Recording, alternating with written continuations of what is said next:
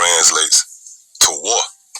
So when the scripture speaks about the strife of tongues, again, those tongues represent the power that Esau has to control the narrative through his legislations and laws, which are on display through his media, which are all set up in effort to wage war against the children of Israel. Now, when you stroll down here to the Strong's definitions for this word strife, it takes you to the word adversary.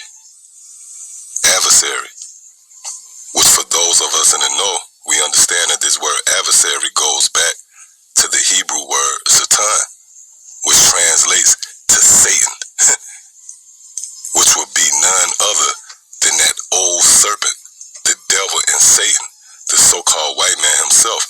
So the warning that emanates from the Holy Scriptures has nothing to do with Satan in the mythical sense. You know, some guy in a red spandex suit with a pointed tail and a set of horns, wielding a triton in his hand and waiting to possess and torment your soul forever and never. No, the prophets was raised up and sent forth to warn you of your arch enemy and nemesis, which will be none other than Esau, the so-called white man. See? Which brings me right here to the book of Psalms, the 74th chapter. And starting at the 7th verse, it says, they have cast fire into thy sanctuary. They have defiled by casting down the dwelling place of thy name to the ground. They said in their hearts, let us destroy them together. They have burned up all the synagogues of the Most High in the land.